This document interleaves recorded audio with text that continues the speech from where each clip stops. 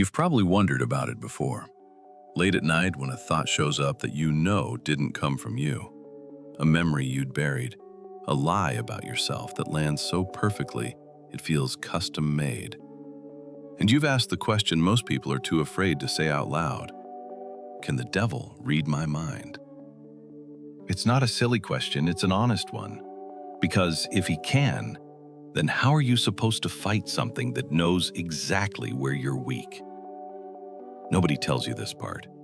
The Bible never says the devil can read your thoughts, not once. But that doesn't mean he doesn't know what's in your head. Today we're opening one verse that explains how spiritual warfare actually works, not the Hollywood version, the real one. By the end, you'll know what the enemy can see, what he can't, and why the armor of God isn't just a metaphor for trying harder. You've probably heard Ephesians 6:17. Take the helmet of salvation and the sword of the Spirit, which is the Word of God. Maybe you memorized it in Sunday school, saw it on a t-shirt, but most people stop reading right there. Look what comes right before it, verse 12. For we do not wrestle against flesh and blood, but against the rulers, against the authorities, against the cosmic powers over this present darkness, against the spiritual forces of evil in the heavenly places. Paul's not being poetic. A chain of command exists, actual structure. And the reason he lists the armor piece by piece in the verses that follow is because this isn't a fight you can see with your eyes. So when he gets to verse 17 and says, take the helmet of salvation, he's not telling you to think positive thoughts. He's telling you to protect the one place the enemy will aim for first, your head. Not because he can read what's inside it, because he doesn't need to. Nobody tells you this part. The devil is not omniscient. That word, all-knowing, only applies to God. The enemy can't read your thoughts the way God can. He can't see your future. He doesn't have a direct line into your brain. But he's been watching human beings for thousands of years. Think about someone who's been doing the same job every single day since the beginning of recorded history. Pattern recognition becomes instinct. He knows what breaks people. He knows what worked on your grandfather and your neighbor and the person sitting 2 rows behind you at church. He doesn't need to read your mind. He just needs to watch what you do. You skip breakfast, stay up too late. By Thursday, your patience is gone. He didn't read your mind, he just waited. A text arrives from someone who hurt you. Your jaw tightens before you even open it. That's not supernatural knowledge, that's observation. The enemy doesn't need access to your thoughts when he has access to your behavior, your habits, your reactions, your history. What lands hard? He also has access to your words. Every time you speak something out loud, you're handing him information. I always mess this up. I'll never get past this. I'm just not the kind of person who... Each sentence is a map of exactly where to strike next. The battlefield isn't just in your circumstances. It's in the space between your ears, where a thought becomes a belief. And a belief becomes a decision, and a decision becomes the next 10 years of your life. The enemy doesn't need to put thoughts in your head when he can wait for you to put them there yourself, and then turn up the volume. Paul picks a word for salvation here, soteria. Roman soldiers would recognize it instantly. Rescue in the middle of battle, not safety back at camp. But a Roman helmet did more than protect the skull. It protected identity.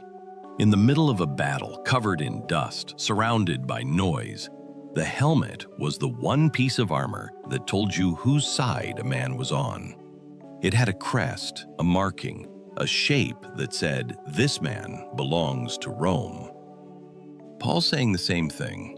The helmet of salvation isn't about reminding yourself that you're going to heaven someday. It's about remembering whose you are right now, in the middle of the fight, when the enemy is telling you you're alone. You've already been rescued. The war for your soul isn't still up for debate. Your identity isn't based on how you feel today or what you did last week or whether you're currently winning or losing. That's the helmet. And this is why it matters when we're talking about whether the devil knows your thoughts. The enemy's favorite weapon isn't a lie you've never heard before. It's a lie you've already halfway believed. He doesn't need to plant a new thought. He just finds the one that's already growing in the back of your mind and waters it. You're not good enough. You've thought that before. He just makes it louder. God's disappointed in you. You felt that before. He just makes it feel true. You've gone too far this time. You feared that before. He just makes it feel final. The helmet of salvation stops that lie before it becomes your operating system. When you know you've been rescued, when you know your identity is locked in, the enemy can shout all he wants, and it won't change the facts. Now the second half of verse 17, and the sword of the Spirit, which is the Word of God. You've probably been taught this is about Bible memory, knowing verses, having a good quiet time. And yes, that's part of it. What most people miss, a sword isn't defensive equipment. A helmet protects you. A sword strikes back. Paul's not telling you to hold a Bible in your lap and hope for the best. He's telling you to use the Word of God the way Jesus did when the enemy came for him in the wilderness. 3 times the devil tried a different angle. 3 times Jesus responded with the same strategy. It is written. Not, I feel like. Not, I think maybe. Not, my pastor said once. It is written. That's a sword. That's a fence. That's you stepping into a battlefield and saying you don't get to rewrite the rules here because the Word has already spoken. And this connects to the question we started with. The reason the enemy can't read your thoughts is the same reason the Word of God is the only weapon that works against him. Thoughts are private, fluid, changeable. You can think one thing in the morning and another by lunch. But the Word of God is fixed, external, not up for negotiation. When the enemy whispers, you're worthless, and you respond not with how you feel, but with what God has already said, that's when the sword does its job. I am fearfully and wonderfully made. That's a sword. I am more than a conqueror. That's a sword. Nothing can separate me from the love of Christ. That's a sword. The enemy can't read your mind, but he can absolutely hear what you say. And when you start speaking the word out loud, not just thinking it, he has to respond to the authority behind it. The helmet keeps you from forgetting whose you are. The sword makes the enemy remember whose God is. What changes how you fight? The enemy doesn't need to know your thoughts if he can control your attention. Wherever your attention goes, your thoughts follow. Wherever your thoughts go, your beliefs follow. Wherever your beliefs go, your life follows. That's the strategy. He doesn't whisper a lie into your ear and hope it sticks. He puts something in front of your eyes over and over and over until you forget it's even there. A screen you check before you pray. A comment you replay before you sleep. A memory you revisit every time you're alone. After a while, you stop noticing it's happening. You just notice you feel anxious or bitter or stuck, and you can't figure out why. This is why the armor of God isn't a one-time prayer. It's a daily decision about what you're going to let in. The belt of truth. What voices are you letting define reality? The breastplate of righteousness. What are you allowing near your heart? The shoes of the gospel of peace. What are you walking toward every day? The shield of faith. What are you using to stop the lies before they land? The helmet of salvation. What identity are you clinging to when everything else is shaking? The sword of the Spirit. What are you speaking out loud when the enemy tries to rewrite the narrative? This isn't about trying harder. It's about standing in what's already true and refusing to move. Think about your Thursday afternoon, the moment when you're tired, when the filter comes off, when you say something you didn't plan to say. That's when the armor matters most. Not when you're at church with your hands raised, when you're in the kitchen and the kids are screaming and you can feel the lie forming. You're a terrible parent. The helmet says, you're a child of God, learning to parent like one. The sword says, he who began a good work in you will bring it to completion. The fight isn't theoretical.